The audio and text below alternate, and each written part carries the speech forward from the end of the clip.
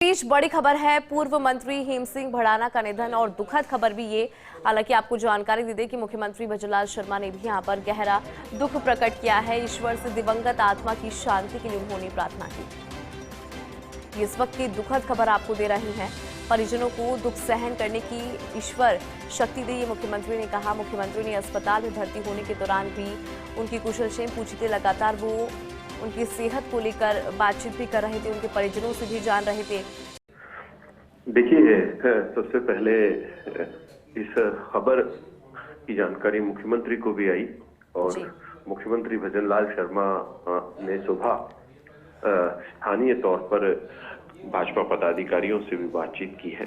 और ये जो लीडर थे हेम सिंह भड़ाना, इन्होंने अपनी एक राजनीति थानागाजी क्षेत्र में अपने लिहाज से की और पूर्व मंत्री रहे। और पूर्व मंत्री रहने के अलावा इन्हें लंबे समय से बीमारी थी और असाध्य रोग था। उस असाध्य रोग का इलाज ये लंबे समय से करवा रहे थे। जयपुर में निजी अस्पताल में भर्ती रहे।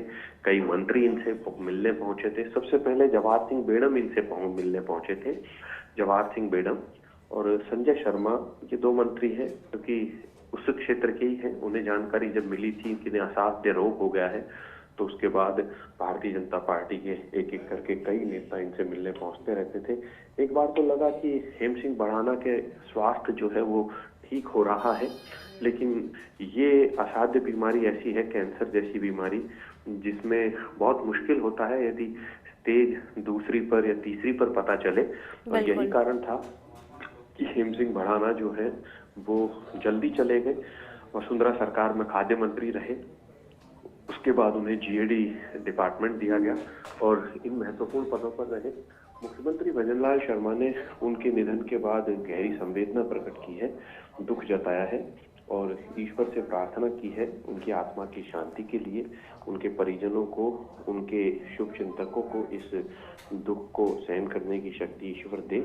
और आपको बता दें कि ये एक ऐसे मंत्री थे, मैं बहुत रोचक घटनाक्रम इनसे जुड़ा बताता हूँ जो हमने हिंदू देखा था कि जब ये मंत्री बने तो एक बार लग रहा था कि शायद वसुंधरा राजे प्रहलाद गुंजल को बनाएं या कालूलाल गुर्जर को मंत्री बनाएं। तो बैलेंसिंग की बात होती है राजनीति में। तो उस वक्त अचानक से इनके पास फोन गया और शपथ ग्रहण के लगभग 3 घंटे बचे होंगे, 3 घंटे के आसपास का समय या 2 घंटे के आसपास का समय, लगभग इतना ही रहा होगा। तो ये अपने क्षेत्र में थे। वहां से जब इनके पास फोन गया तो यकीन मानिए कि ऐसे व्यक्ति थे जिनके पास सबसे आखिर में फोन गया और सबसे एन मोमेंट पर उन्हें पता लगा कि मैं मंत्री बन रहा हूं। तो इन्होंने बताया था उस वक्त, जब ये इस दुनिया में थे, मंत्री बने, तो हमसे बताया भी था कि उस वक्त मेरी गाड़ी की स्पीड इतनी तेज लेकर आया कि शायद हेलीकॉप्टर से मेरा मुकाबला था कि जितनी देर में हेलीकॉप्टर उड़ के आता है उतनी देर में ही मुझे वहां पहुंचा जाए। और उसके बाद ये मंत्री बने थे और इनका नाम चौंकाने वाला आया था, क्योंकि लगता नहीं था कि इनका नाम आएगा। उस वक्त एक बार लगा था कि प्रहलाद गुंजल या कालूलाल गुर्जर को पहली खेप में मंत्री बनाया जाएगा शुरुआत में। बिल्कुल। तो ये इनसे जुड़ा घटनाक्रम है। और थानागाजी जो सीट है, वो थानागाजी सीट बड़ी रोचक सी सीट मानी जाती है। उस सीट पर हालांकि वहां पर एक बड़ी संख्या में ब्राह्मण वोट बैंक भी है। उसके बावजूद गुर्जर समाज से आने के बावजूद चुनाव जीत कर आना, मीणा समाज भी बहुत अच्छा है वहां पर संख्या में, गुर्जर समाज भी अच्छा है संख्या में। ब्राह्मण, मीणा, गुर्जर तीनों ही कम्युनिटी जो है उनकी संख्या ठीक है, लेकिन वहां जीत कर आना ये बड़ी बात थी। हालांकि इस बार हार गए थे, बहुत ज्यादा अंतर से नहीं हारे थे। और ऐसा कहा जाता है कि राजनीति में हार जो होती है वो भी बीमारियां बढ़ा देती है, ऊर्जा जो है। लेकिन इस बीमारी से कई नेता गए हैं। पूर्व मंत्री डॉक्टर दिगंबर सिंह भी इसी बीमारी से गए थे। लगभग ऐसी ही इन्हें बीमारी थी। इस बीमारी से इन्हें घेरे रखा गया था।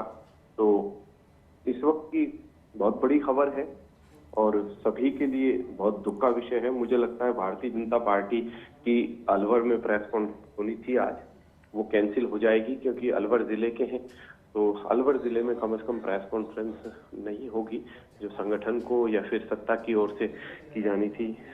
मेरे ख्याल से जो दूसरी प्रेस कॉन्फ्रेंस होंगी वो भी नहीं होंगी अलवर जिले में। और मंत्री संजय शर्मा भी संभवतः थोड़ी देर बाद अपनी प्रेस कॉन्फ्रेंस को टाल देंगे। हमारे संवाददाता अश्विनी शर्मा इसकी जानकारी, अश्विनी यादव जो है वो इसकी जानकारी बेहतर तरीके से और दे पाएंगे कि प्रेस कॉन्फ्रेंस होगी या नहीं।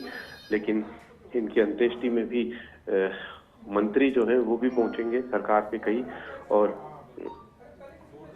उसके अलावा कई नेताओं के भी पहुंचने का कार्यक्रम रह सकता है। बिल्कुल बिल्कुल ऐश्वर्य, शुक्रिया, आपने जानकारी यहाँ पर साझा करी है कि किस तरह से एक बड़ा चेहरा था और दुखद खबर उनके निधन की यहाँ पर मिली है। लंबे समय से भी बीमार चल रहे थे। हालांकि सीएम बजरलाल शर्मा भी लगातार परिजनों से बातचीत भी कर रहे थे और डॉक्टर्स को भी वो दिशा निर्देश यहाँ पर दे रहे थे कि बेहतर से बेहतर इलाज उन्हें उपलब्ध कराया जाए। तो पूर्व मंत्री हेम सिंह भड़ाना के निधन की जानकारी यहां पर मिली आज सुबह करीब 7 बजे निधन हुआ। पिछले कुछ दिनों से अलवर निवास पर ही थे भड़ाना। लंबे समय से कैंसर से जूझ रहे थे पूर्व मंत्री। चेन्नई से हालांकि वो इलाज ले रहे थे और ज्यादा जानकारी के साथ हमारे सहयोगी अश्विनी जुड़ गए हैं। अश्विनी, देखिए, एक दुखद खबर मिल रही है, उनके निधन की जानकारी यहाँ पर मिली और कहा जा रहा है कि आज सुबह करीब 7 बजे उनका निधन हुआ और लंबे समय से वो खुद के निवास पर भी थे। ऐसे में दुखों का पहाड़ जो है उनके परिजनों पर आज टूट पड़ा। देखिए, हिंदू अलवर ही नहीं प्रदेश के लिए एक दुखद खबर है कि एक अच्छा नेता खो दिया है। विद्यार्थी जीवन से ही हेम सिंह भड़ाना ने राजनीतिक जीवन की शुरुआत की थी। पंचायत राज में प्रतिनिधि रहे और फिर थानागाजी को अपना क्षेत्र चुना, वहां से विधानसभा का चुनाव लड़े। वो लास्ट के चुनाव में निर्दलीय भी चुनाव उन्होंने लड़ा, लेकिन 2 बार विधायक चुने गए और वसुंधरा सरकार में मंत्री, कैबिनेट मंत्री वो बने। समाज में खासतौर पर बहुत सक्रिय रहे, भले गुर्जर आरक्षण हो या दूसरी चीजें हो, सरकार साथ बैठ के हों, उन्होंने बहुत अच्छे से कह सकते हैं कि एक भूमिका अपनी तरफ से निभाई। सरकार में रहते हुए भी समाज को जो लाभ दिला सकते थे उनकी ओर से लाभ दिलाया गया, उसके लिए समाज उन्हें याद करेगा। अलवर क्षेत्र को लेकर बाकी इलाकों में भी जो काम उन्होंने किए वो अपने बेबाक शैली के लिए जाने जाते थे। जो कहना था साफ कहते थे, भाषण हो या घर में आए लोगों से मिलना हो या बैठ के हो, सामाजिक अपनी तरफ से जो बात रखी जाती थी वो साफ तौर पर रखते थे। और उनका हमेशा कहना भी था कि भाई मैं छुपा नहीं सकता, जो बात सही है वो मैंने कह दी है, इसके अलावा समाज अपना फैसला कर ले। ऐसी बहुत सारी चीजें हैं जो उनकी द्वारा अच्छी की गई। पिछले लंबे समय से वो बीमार थे। पहले जयपुर अस्पताल से उन्होंने इलाज लिया और उसके बाद चेन्नई से उनका इलाज चल रहा था। पिछले 1 महीने पहले ही वो चेन्नई से दवा और दिखाकर लौटे थे और अभी घर पर थे। लोगों से मुलाकात उन्होंने शुरू कर दी थी, परिवारजनों से घर पे और बाहर से आने वाले लोगों से, विधानसभा क्षेत्र से आते थे, उनसे लगातार उनकी मुलाकातें भी अब लगातार होना शुरू हो गई थी। अभी ऐसी उम्मीद नहीं थी कि इतनी जल्दी वो चले जाएंगे, लेकिन रात्रि में उन्हें थोड़ी दिक्कत थी, वोमिटिंग हुई और उनके बेटे धीरेन्द्र और सुरेंद्र साथ में ही थे। उन्होंने सुबह अस्पताल ले जाने की कहा तो खुद हेम सिंह भड़ाना बात कर रहे थे, उनका नियम में ठीक हूँ, अच्छी स्थिति है, लेकिन सुबह जब अस्पताल लेकर गए तो अस्पताल पहुंचते पहुंचते उनका निधन हो गया। अभी अलवर निवास पर लोगों की भीड़ एकत्रित है, समर्थक हैं, क्योंकि अपना नेता कोई खोता है तो इतना लंबा साथ नेता का होता है। छोटी छोटी चीजों में मदद नेता करता है, विकास के काम हो, पारिवारिक चीजें हों। और हेम सिंह भड़ाना की हमेशा एक आदत रही कि वो अपने लोगों की मदद करते थे। तो लोग जुट रहे हैं, समर्थक जुट रहे हैं। आज दिन में ही उनका पैतृक गांव बघेरी कला किशनगढ़ के बिल्कुल बिल्कुल अश्विनी। पॉलिटिकल एडिटर योगेश शर्मा जी भी जुड़ गए हैं। योगेश जी, हेम सिंह भड़ाना की अगर बात करें तो गुर्जर समुदाय की जब बात होती है तो एक महत्वपूर्ण चेहरे के रूप में वो हमेशा से नजर भी आए हैं और उनके निधन की यहाँ पर जानकारी मिली है।